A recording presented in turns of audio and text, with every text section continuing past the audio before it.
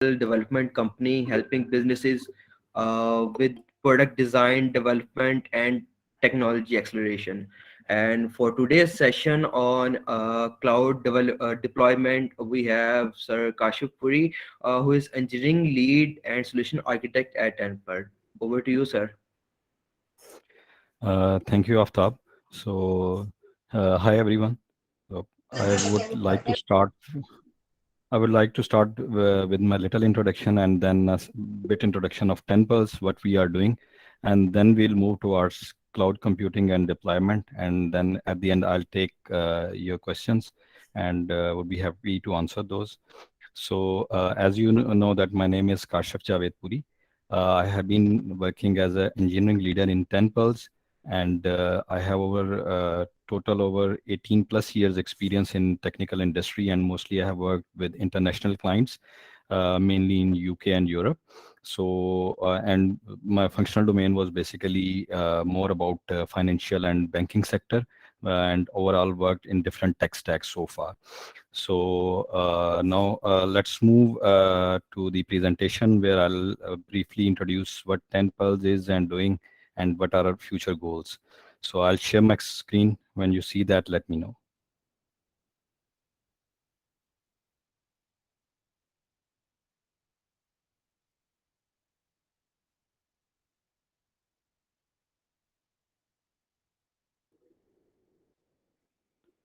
Sir अभी तक visible नहीं है. I have just shared that. Can you see now? Yes, sir. आ गया. Okay. So, so 10 Pulse. Basically, 10 Pulse is a technology company. So we are helping our customer to digitalize their systems. It was founded in 2004, and now it's a global organization with more than 1,200 plus employees in overall, including UK, USA, Dubai, Karachi, Lahore, Islamabad, Costa Rica, and maybe some other locations as well. So in last 2 years, if I say you, we have a rapid growth, probably twice the one we were 2 years back. And as Aftab already mentioned, 10 Pulse is award-winning company. So like biggest name, Gartner, Forrester, or some other names which has awarded 10 Pulse in the past. So basically, our aim is to help our customers, help organization to move towards the digitalization of their systems, and that's what where we are working for. And now in this slide, you can see that some of the biggest name of our clients. This is not all. There are much more than this, but you can just get an idea like PayPal, Discovery, Nokia, CoreCentric, Coca-Cola. These are one of the major customers of 10 Pulse. We are helping them in their solutions, digital solutions. And beside working on the digital technologies, we are also working on some other initiatives as well. So one is 10 Pulse Labs. It's basically innovation center of 10 Pulse, where what we are sir doing is slides that we move are working. Sorry sir slides move नहीं हो रही. Move नहीं हो रही? जी sir नहीं move. Okay. So you still see the first one. Yes. Cloud computing issue हो रहा है बस. Let me share screen again. Sure, sir.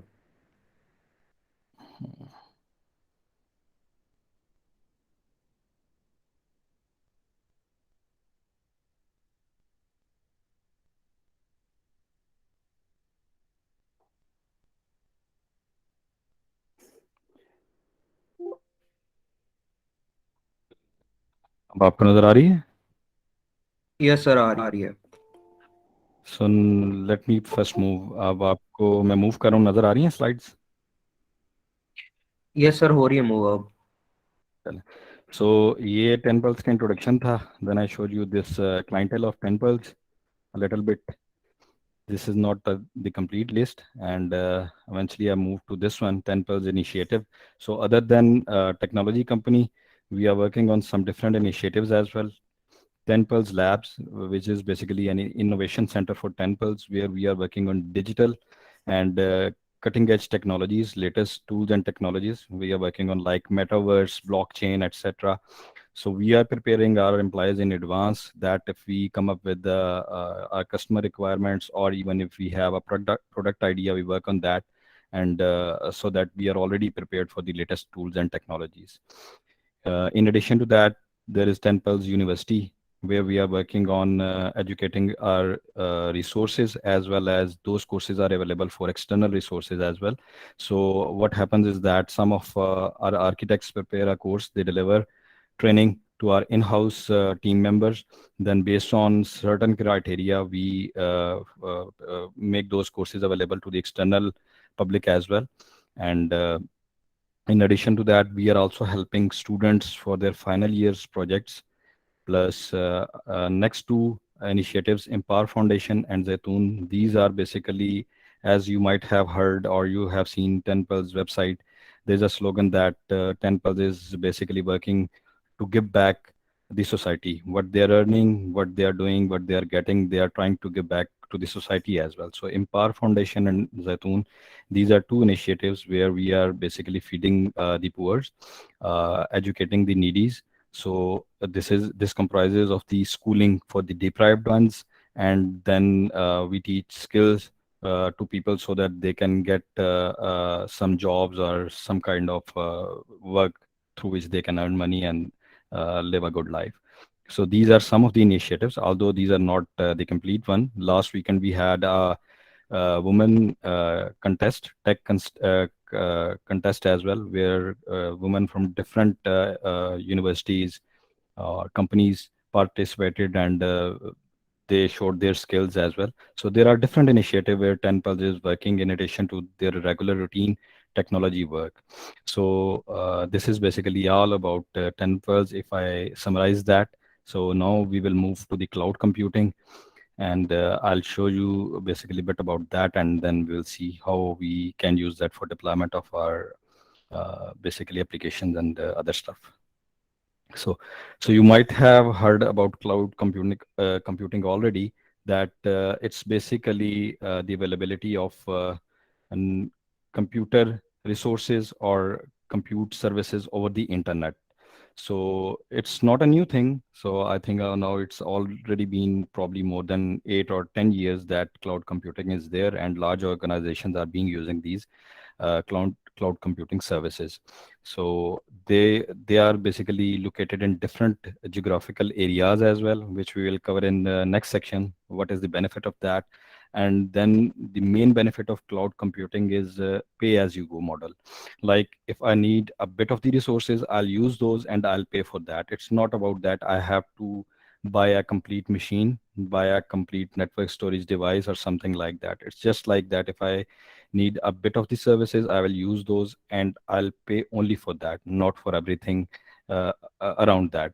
So this is something uh,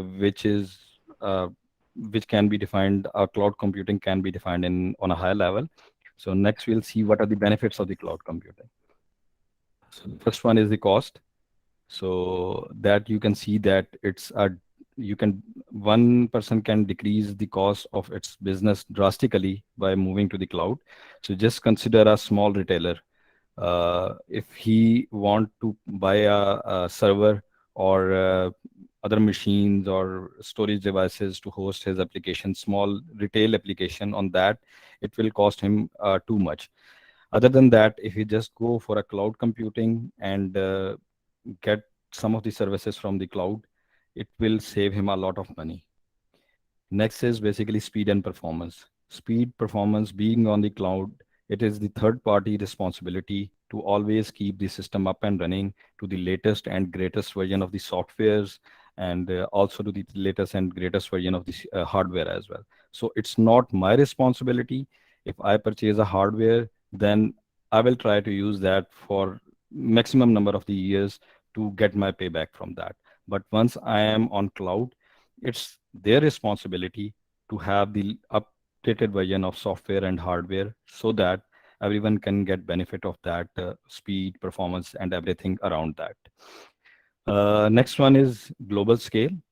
Global scale means that the cloud computing, the resources are located in different regions in globe, which means if one system or one data center is down, you can get benefit of different which is available at that moment. This we will also cover in next section a bit in detail. And next is productivity. Productivity, how cloud computing increases the productivity of a particular business is like, consider that if one of you host your server in your own data center, then you'll have to take care of all maintenance around that, updating the software. You have to take care of the air conditioning. You know that the big or large server machines, they need a particular temperature in which they can operate on reliably. So you have to take care of that. But once you are moved to the cloud computing, then all this maintenance is not in your scope. What does that mean? It means that now you can concentrate on your major business, your key area. You don't have to worry about these maintenance areas, which will be taken care by the third party or cloud computing company, and you don't have to bother about that. Next one is the reliability. Uh, Reliability means that once you move in the cloud, then your data, your application, everything regarding that, around that is replicated in different areas, which means if one of the data center, one of the area is down for some reason, then within no time, other data center, which is located in different area, different region, can be up and running, made up and running, and your business will not be disrupted. Last one is security. So like we build our applications and we take care of the security, same as the case with the cloud computing. They have taken care of the security with different initiatives. And in addition to that, uh, all the major cloud computing vendors, they are being audited by third parties to make sure that they are meeting the certain standards of security, reliability, and other basically I would say areas where auditing is required. So these are the major benefits of the cloud computing. So do you want to have interactive session, or I mean, if you have any question, you can ask me in between as well. Otherwise, at the end, we will take question. Is that fine? uh, sure sir, I guess हम ऐसा कर लेते हैं कि अभी इस session में भी अभी आप हर स्लाइड के बाद थोड़ा सा वेट कर लें, शायद कोई क्वेश्चन के लिए, या Sure, I फिर will. ऐसा कर लेते हैं। I sure, will. अगर I कोई will. क्वेश्चन हो तो हाँ जी. वो Let me move to chat the में कर दें। previous one. So if you have, yeah, if you have any question on this one, on the general idea of the cloud computing, please ask. आप लोग पूछ लें अगर कोई question है इस पे या इसके बेनिफिट्स पे जो हमने डिस्कस किए हैं. Okay, so let's move. So ये हमने कुछ बेनिफिट्स डिस्कस किए थे. अगर कोई क्वेश्चन इसके अराउंड हो आपका. Okay, let's move further. So now we will be talking about cloud deployment models.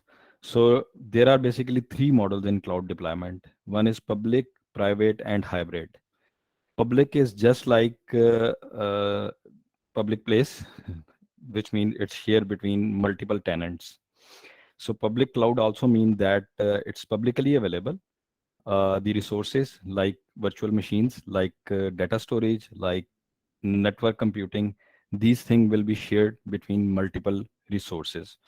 So what is the benefit of public cloud? The benefit of public cloud is that it is cost effective. It is cheaper because you are sharing something. But at the same time, what is the negative point? Negative point is sometimes there is a privacy risk. Privacy risk in a sense that maybe my application or your application, our data is hosted on the same data server.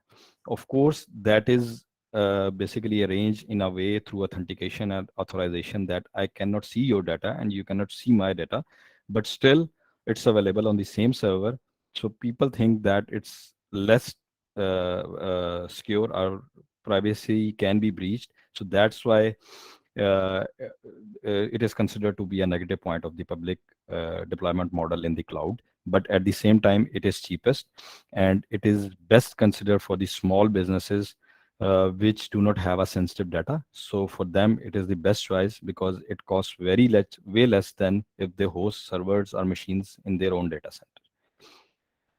Next one, private.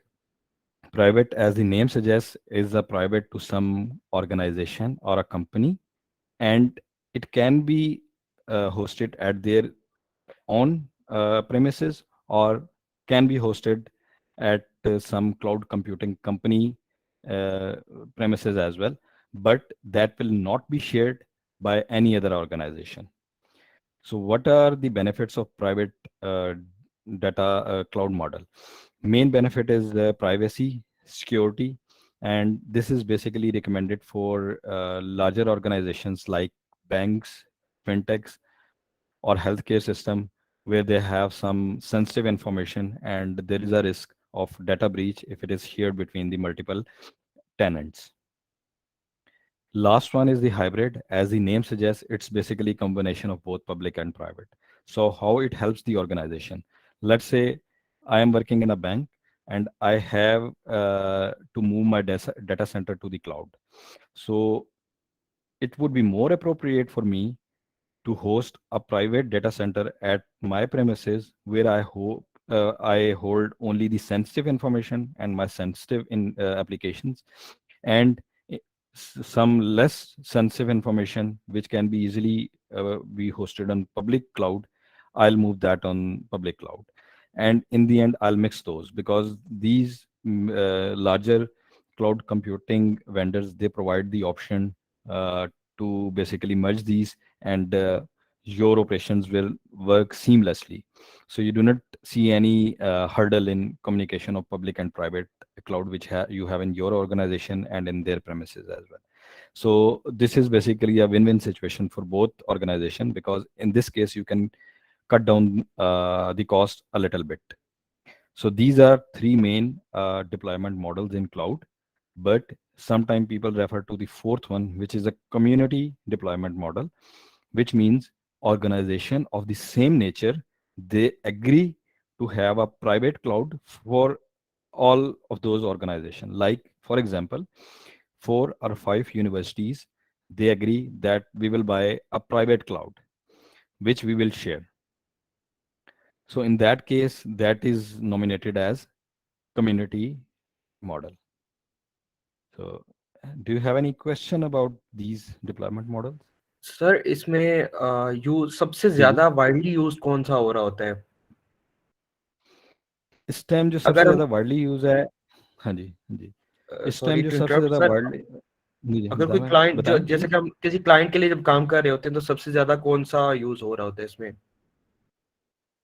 अच्छा, इसमें मैं आपको बताऊँ, इस time पे public, private दोनों काफ़ी ज़्यादा यूज़ हो रहे हैं। उसकी रीज़न ये है कि it depends totally on the need of the business, ठीक है? अब पब्लिक के केस में जैसे मैंने आपको बताया कि जितने भी रिटेलर्स हैं, ये पब्लिक क्लाउड पे मूव होते हैं क्योंकि इनके पास देखें सेंसिटिव इन्फॉर्मेशन तो है नहीं, but you have to host this, कि आपने क्या होस्ट करना है कि यार मेरा ये स्टॉक है और इतने आइटम्स मेरे पास पड़े हुए हैं, इतने मैंने शिप कर दिए। सो इसमें एज सच कोई सेंसिटिव इन्फॉर्मेशन अवेलेबल नहीं है, ठीक है? सो आप ये समझ सकते हैं कि पब्लिक जो है वो टॉप ऑफ द लिस्ट होगा। देन प्राइवेट होगा। प्राइवेट जो है ये मोस्टली लार्ज ऑर्गेनाइजेशन यूज़ करती हैं क्योंकि ये एक्सपेंसिव हो जाता है, लेकिन इसमें जो आपके बैंक्स हैं, जो फिनटेक्स हैं, ये मोस्टली मूव होती हैं प्राइवेट पे। सही हो गया सर। ठीक है, सही। अच्छा, नेक्स्ट हम मूव होते हैं। अच्छा, अब इस पे तो आ गया, ये तो क्लाउड डिप्लॉयमेंट मॉडल्स हमने डिस्कस किए थे। अब आगे हम क्लाउड सर्विसेज या आर्किटेक्चर भी डिफाइन करते हैं कि किस आर्किटेक्चर के थ्रू हमने डिप्लॉयमेंट करनी है, ठीक है? आजकल ये चीज़ें बड़ी कॉमन है, मे सर बी आपने ऑलरेडी। जी जी। सर वो कुछ वर्ड उर्दू के भी बोल दिया करें, नहीं तो शाम का टाइम है, ऐसे इंग्लिश में सॉरी, सुन के नींद आ जाती है। ओके, जी नो वरीज, लेट्स उर्दू में स्टार्ट कर लेते हैं, कोई इशू नहीं है, इफ़ नहीं यू नहीं आर सर, मतलब कंफर्टेबल। कुछ कुछ वर्ड इंग्लिश भी ठीक है लेकिन कुछ वर्ड। ठीक है, श्योर। अच्छा, अब जी जी। इसमें हमने क्लाउड डिप्लॉयमेंट मॉडल्स हमने बात की थी। नेक्स्ट आ जाता है कि आर्किटेक्चर या सर्विसेज हम कौन सी यूज़ करते हैं। अब क्लाउड मॉडल के साथ साथ ये मे बी ये आजकल जो ये वर्ड्स हैं काफ़ी कॉमन है, मे बी आप लोगों ने सुने हो, infrastructure as a service, platform as a service, software as a service. अब इसमें होता क्या है कि आप जो हैं, अब आप ये डिसाइड करते हैं कि आपने जब क्लाउड सर्विसेज लेनी है तो आपने कौन सी वाली क्लाउड सर्विसेज आपने लेनी है, किस हद तक आपने क्लाउड कंप्यूटिंग वेंडर पे रिलाय करना है, और कौन सी चीज़ें आपने अपने पास रखनी है, ठीक है। ये आर्किटेक्चर होता है, और ये कुछ क्लाउड सर्विसेज ये नाम हैं जो ये डिफाइन करती हैं कि हमने कैसे चलना। इंफ्रास्ट्रक्चर एज अ सर्विस का मतलब ये होता है कि आपने क्लाउड वेंडर से आपने इंफ्रास्ट्रक्चर ले लिया। इंफ्रास्ट्रक्चर लेने का मतलब ये है कि मैंने उससे वर्चुअल मशीन्स ले ली, मैंने उससे नेटवर्किंग डिवाइसेस ले ली, मैंने उससे स्टोरेज डिवाइसेस ले ली। अब इन सब के ऊपर जो हार्ड सॉफ्टवेयर डिप्लॉय करना है, जो कन्फिग्रेशन करनी है, अब वो मेरी जुरिस्डिक्शन के अंदर है, वो मेरी हेडेक है, वो मैंने करना है, मैंने सिर्फ उससे हार्डवेयर बाय किया है, ठीक है। नेक्स्ट आ जाता है platform as a service. Platform as a service में क्या है कि मुझे इंफ्रास्ट्रक्चर के साथ साथ मैंने कुछ और सर्विसेज भी ले ली। जैसे मैंने सॉफ्टवेयर भी उससे ले लिए, मैंने उसको कहा यार तुमने मुझे वर्चुअल मशीन देनी है लेकिन विद सॉफ्टवेयर इंस्टॉल्ड रेडी, ठीक है। मैंने क्या करना है, मैंने सिर्फ आके अपना उसके ऊपर डाटा होस्ट करना है और एप्लीकेशंस होस्ट करनी है, बाकी सारी चीज़ें तुमने मुझे रेडी करके देनी है, ठीक है। इनकी हम आगे एग्जांपल्स भी देखते हैं। नेक्स्ट आ जाता है software as a service. Software as a service का मतलब ये है कि मैंने क्लाउड से एक पूरा का पूरा पैकेज ले लिया है, मैंने सॉफ्टवेयर भी उससे ले ली है। इसकी एक बड़ी जो मेन एग्जांपल है जो भी हम यूज़ कर रहे हैं, गूगल मीट जो है, ये सॉफ्टवेयर एज अ सर्विस है। ये गूगल ने हमें एक सॉफ्टवेयर दिया है जिसको हम एज अ सर्विस यूज़ करें आपस में इंटरेक्ट करने के लिए, ठीक है। अब इसकी हम आगे एग्जांपल देखते हैं और फिर हम देखते हैं इसको फर्दर के डिटेल्स देखते हैं, फिर हम इसको देखेंगे। अब ये इससे थोड़ा सा आपको क्लियर होगा। सबसे पहले तो हमारा जो ट्रेडिशनल एक तरीका था कि हमारे ऑन प्रेमिसेस सोल्यूशन जो था वो ये था कि मैंने अपनी कार एक बाय कर ली, ठीक है, वो मेरी है, मैं जैसे मर्जी उसको यूज़ करूँ, उसकी मेंटेनेंस वो सब कुछ, दैट इज़ माई रिस्पॉन्सिबिलिटी, ठीक है। फिर हमने अगला डिस्कस किया था इंफ्रास्ट्रक्चर एज अ सर्विस। वो यहाँ एग्जांपल आ गई लीज्ड कार की। वो लीज्ड कार भी हो सकती है या वो रेंटेड कार भी हो सकती है, ठीक है। उसमें मैंने क्या किया कि मैंने किसी वेंडर से कार रेंट कर ली, ठीक है। अब मैं वो कार यूज़ कर रहा हूँ और उस कार का मैं रेंट पे कर रहा हूँ, लेकिन एक्चुअल ओनर कोई और है। नेक्स्ट आ जाता है platform as a service. Platform as a service में हमने ये कहा था कि हमने उससे इंफ्रास्ट्रक्चर भी लिया लेकिन साथ हमने उसकी कुछ सर्विसेज भी ले ली, ठीक है। उसमें टैक्सी आ गई, उबर आ गया, क्रीम आ गई। इसमें आपने क्या किया कि आपने कार भी ले ली, साथ ड्राइवर भी ले लिया, ठीक है। लास्ट वन हमारे पास था software as a service. Software as a service क्या हुआ कि एक सॉफ्टवेयर है जो हमने एज अ सर्विस लिया हुआ है और वो मल्टीपल लोग उसको यूज़ कर रहे हैं। जैसे भी मैंने गूगल मीट की बात की, अब एक टाइम पे आई डोंट नो कितने हैं आप लोग जिन्होंने ज्वाइन, 50-60 आप होंगे, एक मैं हो गया, हम मिलके एट अ टाइम उस सॉफ्टवेयर को यूज़ करें। उसी तरह इस कंटेक्स में अगर आप देखें तो ये बस जो है ये सॉफ्टवेयर एज अ सर्विस है। ये हमने एक बस है और हम मल्टीपल लोग जो हैं मिलके इसको यूज़ कर रहे हैं। ये टोटली हमें वेंडर ने दे दी है, ड्राइवर भी उसका है, मेंटेनेंस भी सारी उसकी है, लेकिन ये हम सिर्फ अपनी फैसिलिटी के तौर पे इसको यूज़ कर रहे हैं, ठीक है। तो ये मल्टीपल इसकी एग्जांपल थी जिससे शायद आपको ये क्लियर हो गया हो थोड़ा सा इंफ्रास्ट्रक्चर। कोई क्वेश्चन है इस पे या हम आगे मूव करें? आगे और क्वेश्चन। सॉरी आपकी आवाज़ नहीं क्लियर। यस सर, आगे मूव कर सकते हैं। सही। अच्छा, अब ये देखें, अब ये क्लाउड सर्विसेज या आर्किटेक्चर पे ये डिफाइन हम कर रहे हैं कि हमने क्लाउड प्रोवाइडर से क्या लिया है और हमारी अपनी रिस्पॉन्सिबिलिटी क्या है, ठीक है। इस पे ऑन प्रेमिसेस जो हमारा एक जो पुराना मेथड है उसमें तो देखें एप्लीकेशन हो गई, डाटा हो गया, मिडलवेयर जैसे एम क्यू है, या नेटवर्किंग के लिए कुछ आप यूज़ करें, ऑपरेटिंग सिस्टम जो है, virtualization, server, storage, networking, each everything ये हमारी रिस्पॉन्सिबिलिटी है। अब जब मैंने इंफ्रास्ट्रक्चर एज अ सर्विस वाला सोल्यूशन मैंने क्लाउड से ले लिया, तो उसमें जो है मुझे सर्वर्स, स्टोरेज, नेटवर्किंग और वो जो वीडीआईज होती हैं, मेरी जो वर्चुअल मशीन्स होती हैं, ये मुझे क्लाउड प्रोवाइडर ने दे दी। बट उसके ऊपर मिडलवेयर, रन टाइम, जो इंस्टॉलेशन है सॉफ्टवेयर की, डाटा होस्टिंग, एप्लीकेशन होस्टिंग, वो मेरी रिस्पॉन्सिबिलिटी है, ठीक है। अब हम नेक्स्ट लेवल पे चले गए। प्लेटफॉर्म एज अ सर्विस में हमने क्या कहा था कि हमने इंफ्रास्ट्रक्चर के साथ साथ कुछ सर्विसेज भी हमने ले ली हैं क्लाउड प्रोवाइडर से। वो क्या है कि ओएस हमें वो अरेंज करके देगा, मिडलवेयर जो है कम्युनिकेशन के लिए वो हमें अरेंज करके देगा, रन टाइम जैसे मैं जावा में अपनी एप्लीकेशन डिप्लॉय कर रहा हूँ वो मुझे जावा का रन टाइम, डॉट नेट का एसडीके, वो चीज़ें वो मुझे प्रोवाइड कर देगा। उसमें मेरा हेडेक कुछ भी नहीं है। मेरा हेडेक ये है कि मैंने जो अपनी डिप्लॉयड, मेरी जो अपनी एक एप्लीकेशन जो बिल्ड की है, मैंने वो वहाँ डिप्लॉय करनी है और अपना डाटा वहाँ होस्ट करना है। ठीक है। और इसमें होता क्या है कि अगर अब हम इसकी एग्जांपल्स देखें तो AWS का जो EC2 है, इलास्टिक कंप्यूटिंग सर्विसेज जो है, क्लाउड कंप्यूटिंग जो है, इलास्टिक क्लाउड कंप्यूटिंग EC2 उसको कहते हैं, वो mostly as a infrastructure as a service use हो रहा होता है। ठीक है। अब फिर प्लेटफॉर्म एज अ सर्विस पे अगर आप चले जाएं तो माइक्रोसॉफ्ट एयर जो है वो मोस्टली उसमें जो उसकी कुछ चीज़ें हैं जो as a platform as a service use हो रही होती हैं। ठीक है। और लास्ट पे जो हमारे पास सॉफ्टवेयर एज अ सर्विस आता है, जिसकी हम कहते हैं कि कुछ भी हमारी रिस्पॉन्सिबिलिटी नहीं है, सब कुछ क्लाउड प्रोवाइडर या सर्विस प्रोवाइडर की है। उस पे मेन आपकी ये जीमेल आ गई, याहू की ईमेल आ गई, इसी तरह और ये काफ़ी ज़्यादा एप्लीकेशंस जो हैं, जैसे भी आप गूगल मीट यूज़ करें, जूम जो है, ये जो हैं सॉफ्टवेयर एज अ सर्विस, ये आ गई। सो ये जो आर्किटेक्चर है या क्लाउड सर्विसेज हैं, बेसिकली ये डिफाइन करती हैं कि आपकी क्या रिस्पॉन्सिबिलिटी है एज अ बिजनेस ओनर, और क्लाउड वेंडर जो है उसकी क्या रिस्पॉन्सिबिलिटी है। ठीक है। और इसमें और ये अगेन ये हम डिफाइन करते हैं बेस्ड ऑन हमारे बिजनेस नीड। जैसे क्लाउड का मॉडल जो है, हाइब्रिड है, पब्लिक है या प्राइवेट है, वो हम अपने बिजनेस मॉडल के ऊपर डिसाइड करते हैं, क्योंकि इसमें कुछ भी हार्ड एंड फास्ट रूल नहीं है। ये जितनी भी टोटल आपके बिजनेस की रिक्वायरमेंट है, बेस्ड ऑन दैट हम डिसाइड करते हैं कि हमें हमें क्या चाहिए। और इसी तरह जो ये आर्किटेक्चर है, ये भी उसी पे डिपेंड करता है कि हम डिसाइड करते हैं कि हमें कितनी चीज़ें, कौन सी चीज़ मैंने अपनी रिस्पॉन्सिबिलिटी में रखनी है, मुझे कितनी इंडिपेंडेंट चाहिए, कितनी मैं उसको देना चाहता हूँ क्लाउड प्रोवाइडर को। तो अगेन ये डिपेंड करता है मेरे बिजनेस मॉडल के ऊपर। ठीक है। कोई क्वेश्चन या नेक्स्ट मूव करें?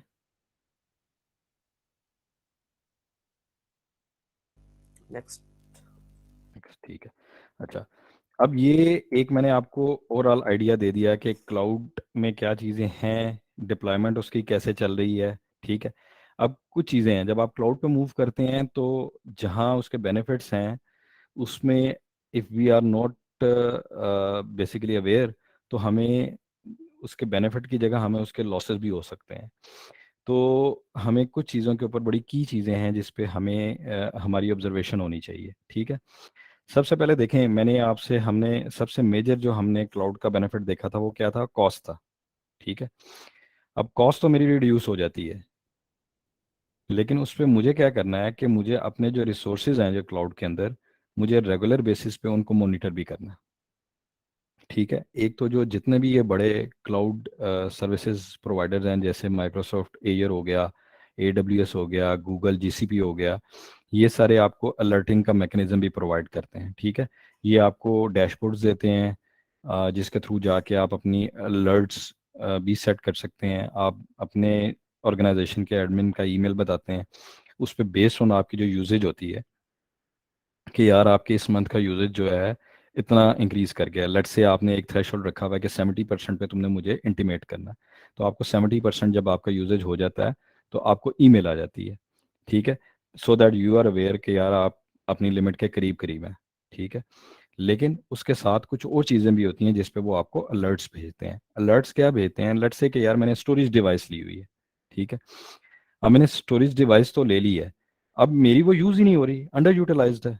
और वो देखता है कि ये सारे इनके सिस्टम जो है ऑटोमेटेड है, वो मॉनिटर करता है कि ये एक स्टोरेज डिवाइस है जो कि अंडर यूटिलाइज्ड है, और कस्टमर जो है इसके लिए मुझे इतना पे कर रहा है, तो वो मुझे उस पर अलर्ट जनरेट करता है कि यार इस चीज़ को आप मॉनिटर कर लें, क्या ये वाकई आप, ये इस मंथ में ये अंडर यूटिलाइज हुई है या जनरली अंडर यूटिलाइज हो रही है, और अगर ऐसा है तो आप इसको देख सकते हैं, आप इसकी कैपेसिटी जो है कम कर सकते हैं, सो दैट आपको जो उसका बिल है वो ऑटोमेटिकली कम हो जाएगा, डिक्रीज हो जाएगा। ठीक है।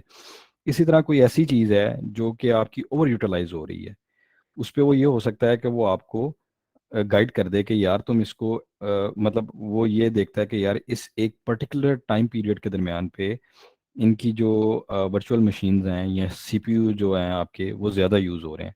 सो वो आपको ये गाइड करे कि आपको पता है क्लाउड के अंदर ऑटो स्केलिंग का एक कंसेप्ट होता है। ऑटो स्केलिंग का कंसेप्ट ये होता है कि मैंने एक अपनी एप्लीकेशन के 2 इंस्टेंस डिप्लॉय कर दिए, अगर उस पर लोड पड़ेगा तो वो मैं उसको ये बता सकता हूँ कि पीक के टाइम पे या लोड के टाइम पे इसके इंस्टेंसेस इंक्रीज कर दो, या इसके साथ तुम स्टोरेज इंक्रीज कर दो, या इसके साथ आप सीपीयू इंक्रीज कर दें। ठीक है, तो वो मॉनिटर करता है, वो आपको उसके ऊपर ये आपको गाइड करता है कि आप ये कर सकते हैं कि यार इसको मॉनिटर करें, और मॉनिटरिंग के बाद आप ये डिसाइड करें कि यार अगर मेरा यूजेज जो है, let's say during the day जो है वो मेरा यूजेज बड़ा लिमिटेड सा है, लेकिन वीकेंड पे एक रिटेलर है ना, मेरा ड्यूरिंग दी वीक मेरा यूजेज बहुत कम है, लेकिन वीकेंड पे मेरा एकदम पीक मेरी इंक्रीज हो जाती है। ठीक है, तो इन दैट केस आप ये स्केड्यूल कर सकते हैं कि यार मैं क्या करूं, अपनी एप्लीकेशन का एक ही इंस्टेंस डिप्लॉय करूं। ठीक है, लेकिन मैं उसको कॉन्फ़िगर ऐसे कर दूं कि यार जब एक सर्टेन थ्रेशोल्ड से ज़्यादा इंक्रीज करे तो ऑटोमेटिकली इसका दूसरा इंस्टेंस तुम अप एंड रनिंग कर दो। ठीक है, या मेरे इस एक इंस्टेंस के साथ ही आप एक्स्ट्रा सीपीयू ऐड कर दो, एक्स्ट्रा स्टोरेज ऐड कर दो। ठीक है, तो यस समीर। इसलिए sorry sir sorry for interrupting you, मेरा एक क्वेश्चन है कि इंस्टेंस से मुराद आप क्या चीज़ ले रहे हैं एप्लीकेशन की? इंस्टेंस से मुराद ये है कि आपकी एप्लीकेशन है ना, आपने मल्टी थ्रेडिंग और मल्टी प्रोसेसिंग का सुना होगा। ठीक है, तो इंस्टेंस यस का भी यस। यही मतलब है कि मेरी मेरी एक एप्लीकेशन है, उसका एक इंस्टेंस चल रहा है, मैं उसके 4 इंस्टेंस चला दूँ। मतलब अगर एक इंस्टेंस चल रहा है और एक इंस्टेंस जो है मेरा वो 100 यूजर्स को एंटरटेन कर सकता है। ठीक है, तो अगर मैं दो पैरेलल में 2 इंस्टेंस चला दूंगा, मतलब लेट से एक कंप्यूटर के ऊपर एक इंस्टेंस चल रहा है, दूसरे पे मैं दूसरा चला देता हूँ। ठीक है, और मैं नेटवर्क में लोड बैलेंसिंग के थ्रू जो यूजर्स की कॉल्स आ रही हैं मैं उसको राउट कर देता हूँ, एक को कंप्यूटर ए पे, एक को कंप्यूटर बी पे, सर्वर ए पे, एक को सर्वर बी पे। तो इंस्टेंस का समझ गया मतलब ये जी। है कि ठीक है, तो ये क्लाउड के अंदर ये बड़ा कॉमन कंसेप्ट है कि आपकी एप्लीकेशन के मल्टीपल इंस्टेंस रन करते हैं। और ये इवन क्लाउड के अलावा भी अगर आप अपने प्रेमिस पे भी करते हैं तो वहाँ भी आप नॉर्मली अब जब आप मार्केट में आएंगे यू विल सी दैट कि आप मल्टीपल इंस्टेंसेस अपनी एप्लीकेशन के आप रन कर रहे होते हैं।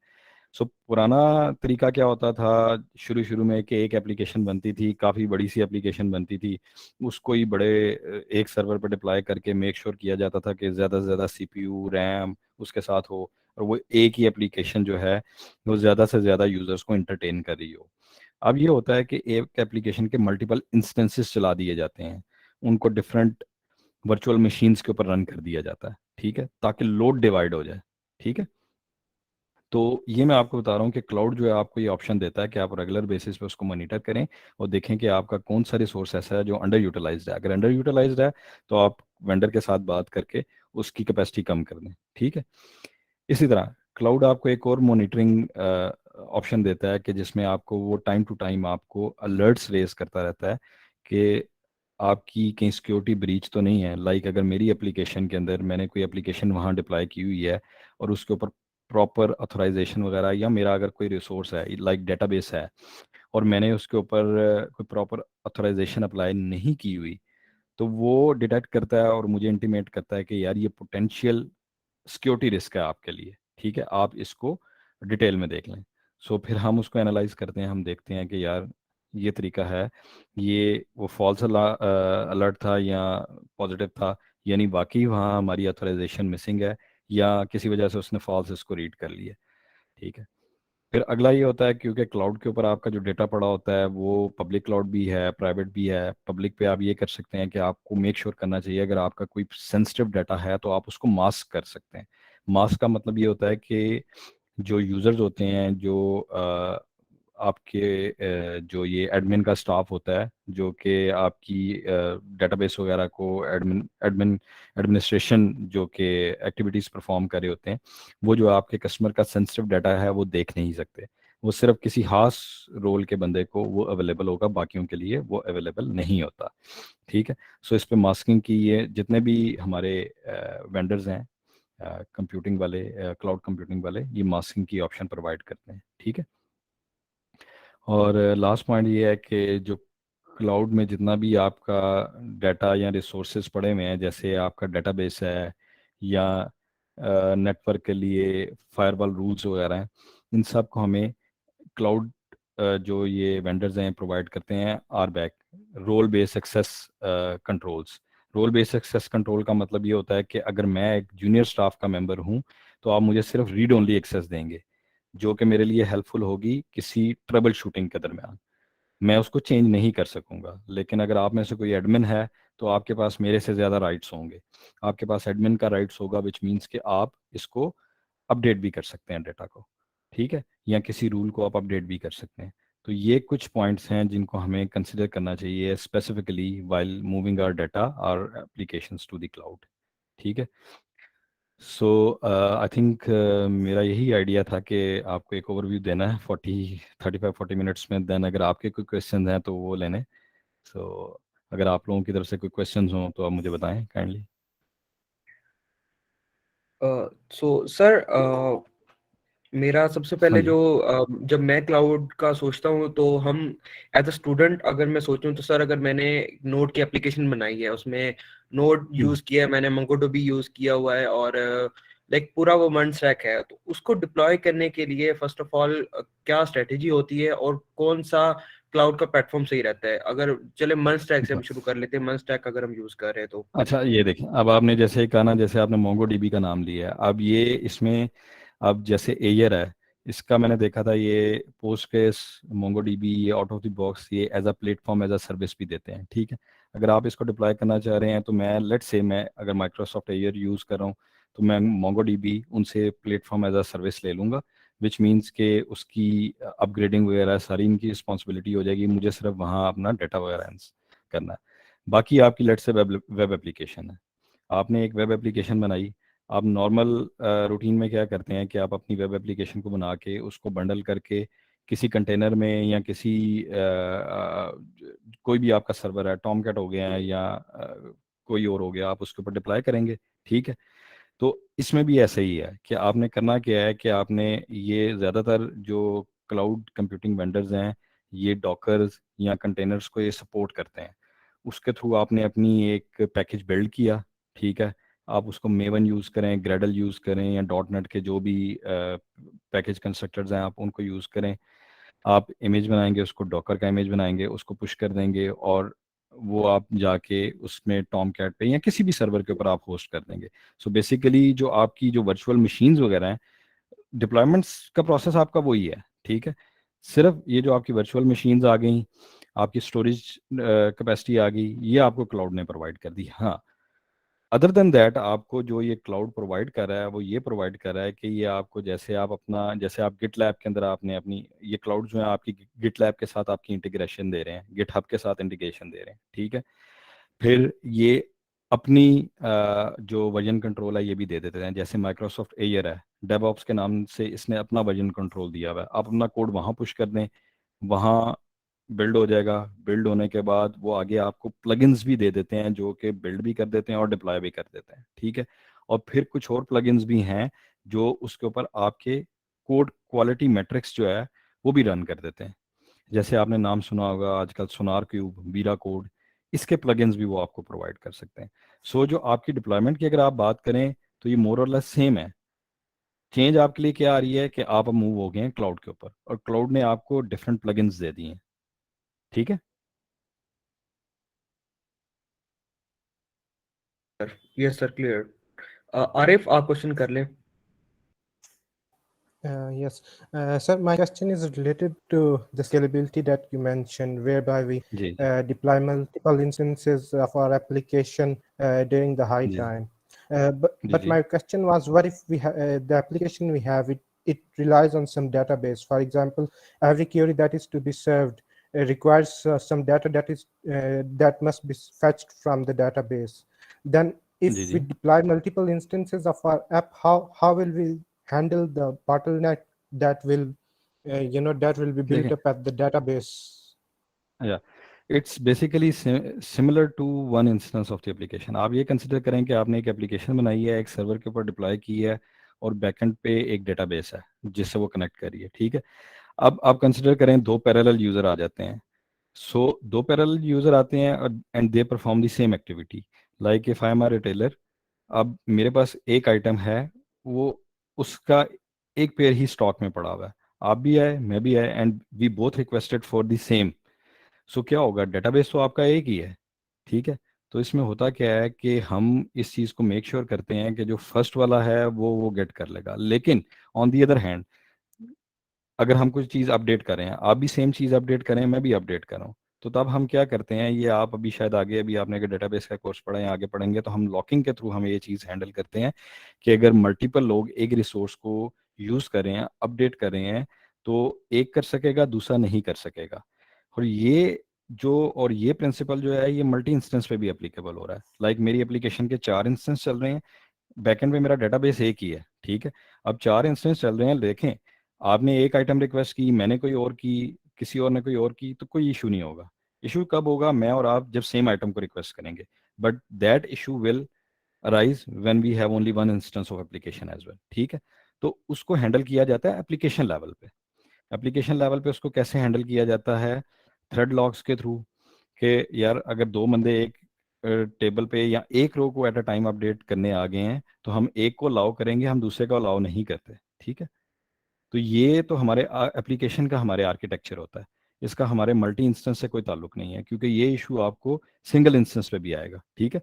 तो वो हम हैंडल करते हैं through synchronization blocks in different languages. आपने पढ़ा होगा, लाइक अगर जावा में, आपने सी में भी अगर हो, जावा में हम सिंक्रोनाइजेशन ब्लॉक के थ्रू के यार ये अगर पीस ऑफ कोड अगर एग्जीक्यूट हो रहा है, तो ये एक ही थ्रेड कर रहा होगा, कोई दूसरा आएगा तो दैट हैज़ टू वेट, ठीक है।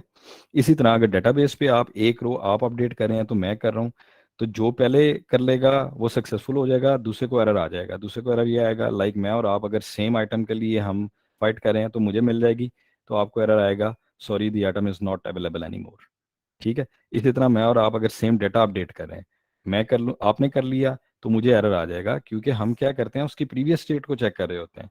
लाइक आप एक रिकॉर्ड का स्टेट थी ए, आप उसको बी कर रहे हैं, मैं भी उसको बी कर रहा हूँ, ठीक है। आप सक्सेसफुल हो गए, आपने ए टू बी कर लिया, बट जब मैं बी करने गया हूँ, तो मेरी एप्लीकेशन की लॉजिक ये है कि वो पहले चेक करता है कि मैं ए से बी पे उसको कर रहा हूँ, लेकिन अब वो ऑलरेडी बी पे पड़ा हुआ है, तो मुझे वो एरर दे देगा कि इस रिकॉर्ड की या इस जो भी उसका आप नाम ले लें, ऑब्जेक्ट की स्टेट जो है वो चेंज हो चुकी हुई है ऑलरेडी, ठीक है। तो ये हमारे सिंगल इंस्टेंस पे भी ये इश्यूज आते हैं। तो इसको हम अपनी एप्लीकेशन का आर्किटेक्चर ऐसे डिफाइन करते हैं कि हम उसके थ्रू इसको हैंडल करते हैं। Thank you, sir. ये कंकरेंट बेसिकली तो ये कंकरेंसी इश्यूज होते हैं, जो हम डेटाबेस लेवल पे भी हैंडल करते हैं और अपनी एप्लीकेशन लेवल पे भी हैंडल करते हैं। सो बेसिकली सर ये एसिंक्रोनस प्रोसेस चल रहा होता है। नहीं, इसमें सिंक्रोनस भी होता है, एसिंक्रोनस भी होते हैं, सिंक्रोनस भी होते हैं। देखें सिंक्रोनस क्या है मेरा, कि आपने एक एपीआई के थ्रू एक रिक्वेस्ट की है, आपने फ्रंट एंड से जब एक रिक्वेस्ट की है, तो सिंक्रोनस है ना, because you are waiting for a response, ठीक है ना। यस मतलब सर, आप वो रियल फ्रंट टाइम एंड में से, तो चेंज हो वो, रहा होता है इस वजह से। हाँ जी बिल्कुल। सही हो गया सर। शजील आप क्वेश्चन कर लें। जी अस्सलाम वालेकुम सर। सर मेरा क्वेश्चन ये था कि सर मैं एफआईपी कर रहा हूँ, तो सर जो मैं चीज़ यूज़ कर रहा हूँ ना बेसिकली सर, वो मेरा आईओटी बेस्ड प्रोजेक्ट है सर। तो सही है। सर मैं इस चीज़ में थोड़ा कंफ्यूज हो रहा हूँ कि सर जो गूगल की तरफ से हमें सर आईओटी बेस्ड एक क्लाउड दिया जाता है, वो ज़्यादा बेटर रहेगा हमारे हम्म। लिए, या फिर जो हम फायरबेस यूज़ करते हैं सर, फायरस्टोर या रियल टाइम डेटाबेस यूज़ करते हैं जो कि गूगल की तरफ से होता है। तो सर मतलब आईओटी के लिए कौन-सी चीज़ ज़्यादा बेटर रह सकती है? ये देखें, मेरा अपना इसमें अगेन मैं आपसे अपना पर्सनल एक्सपीरियंस शेयर करूंगा। इसमें माइक्रोसॉफ्ट भी आपको प्रोवाइड करता है, गूगल भी आपको प्रोवाइड करता है, तो मोर और लेस ये सेम चीज़ें प्रोवाइड कर रहे हैं, ठीक है। It's again up to you कि आपने क्या डिसाइड करना है, क्योंकि मैंने गूगल वाला और माइक्रोसॉफ्ट वाला दोनों को स्टडी किया, उस पर हमने सैंपल बना के कुछ हमने उनको देखा भी, चीज़ें सेम है, ठीक है, अंडरलाइंग चीज़ें सेम है।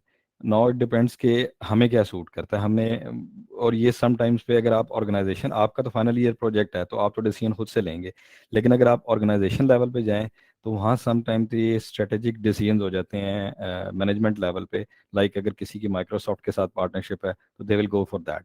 किसी की गूगल के साथ है, तो वो उसके साथ चले जाते हैं।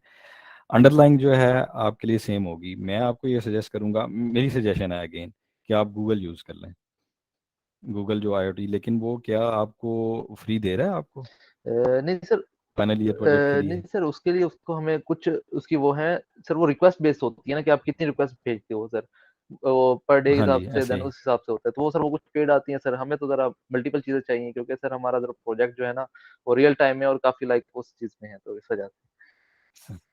हाँ जी, तो वो कॉस्ट आपने देखनी है कि अगर आपका एज फार एज फ्री के अंदर कवर हो रहा है, तो maybe that is better to use. नहीं सर, वो उस समय कॉस्ट में नहीं आ रहा, उस समय इसके लिए ज़्यादा चाहिए होता है, इस वजह से हम सिर्फ फायरबेस की तरफ जा रहे हैं। तो सही है। नहीं, फिर तो देखिए, मैंने आपको बताया कि इन दी एंड आपका पर्पस वो भी सर्व करेगा, फायरबेस भी। तो फिर आपको उस पर जी, जाना जी। चाहिए। Why you are going to pay, because आप तो वैसे भी फाइनल ईयर प्रोजेक्ट कर रहे हैं। जी, जी, जी, थैंक सही। You sir. Any other questions teams की तरफ से?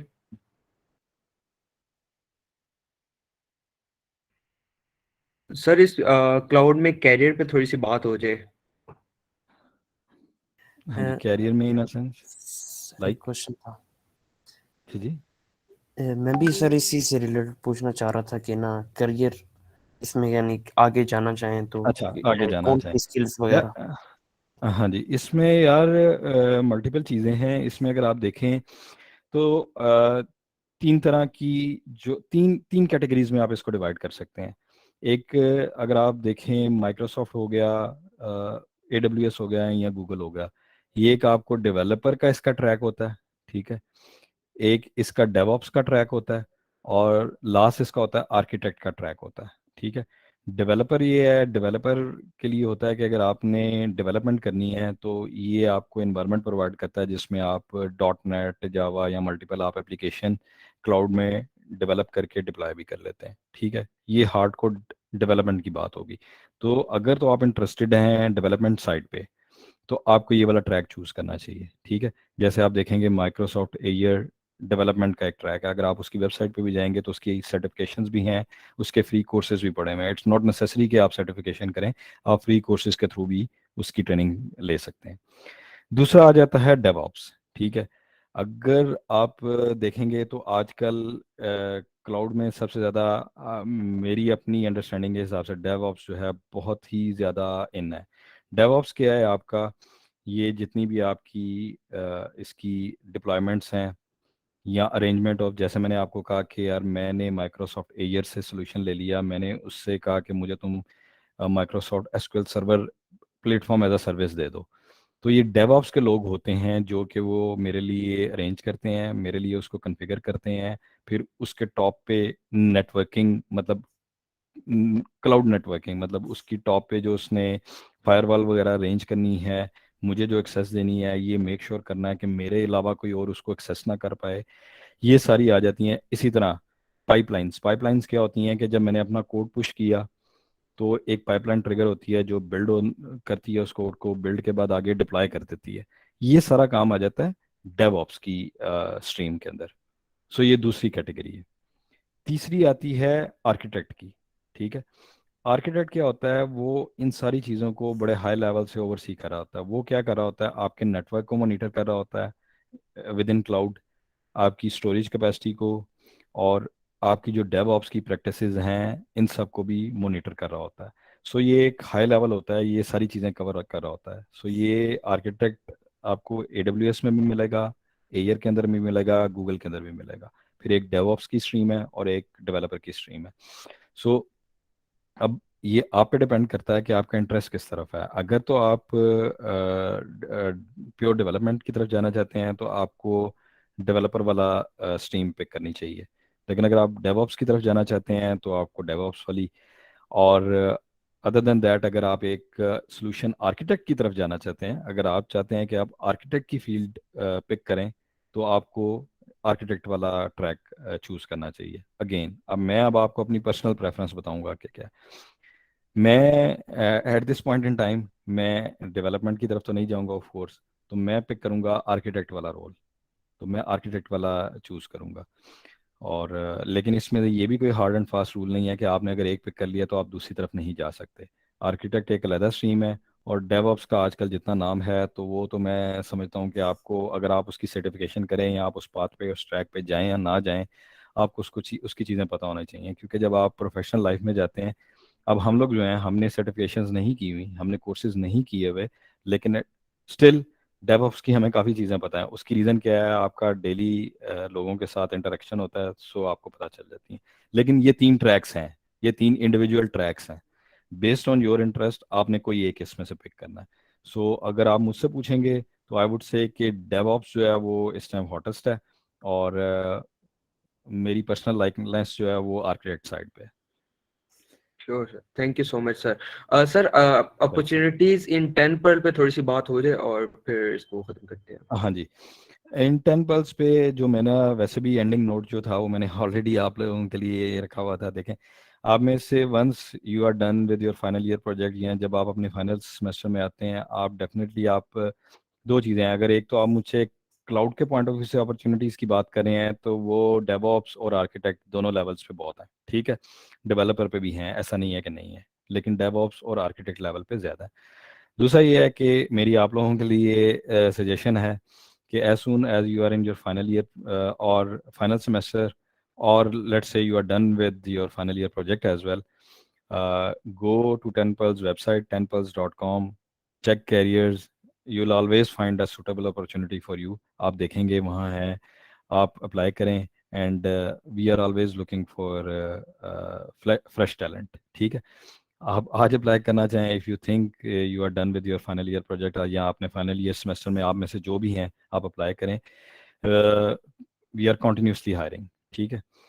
लास्ट वीक भी we had number of interviews for associate software engineer, क्योंकि जो फ्रेश आते हैं वो हमारे पास as a fresh associate software engineers आते हैं। So last week we had number of interviews, इस वीक भी हमारे चल रहे हैं। So we are continuously hiring. So वो मेरी तरफ से तो बल्कि रिक्वेस्ट है कि we always welcome fresh talent. So जब भी आप एलिजिबल हों, do apply, and you will definitely hear back from us.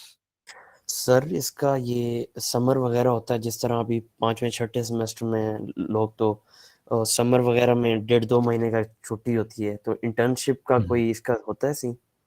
या इंटर्नशिप की भी अपॉर्चुनिटीज़ आती रहती हैं, वो भी आती रहती हैं, उसके लिए भी आप कांटेक्ट कर सकते हैं। बिल्कुल अपॉर्चुनिटीज़ आती रहती हैं, लेकिन वो ये है कि इंटर्नशिप शायद थ्रू आउट द ईयर या हर टाइम अवेलेबल नहीं होती। आती रहती हैं लेकिन available through out the year नहीं होती, लेकिन पॉसिबिलिटी उसकी भी है, वो भी आप चेक कर सकते हैं, ठीक है। आप पर्सनली मुझे ओके, कांटेक्ट कर लें, मेरा लिंक्डइन प्रोफाइल जो आफ्ताब ने शेयर कर दिया, आप मुझे पिंग कर लें, I check and I get back to you.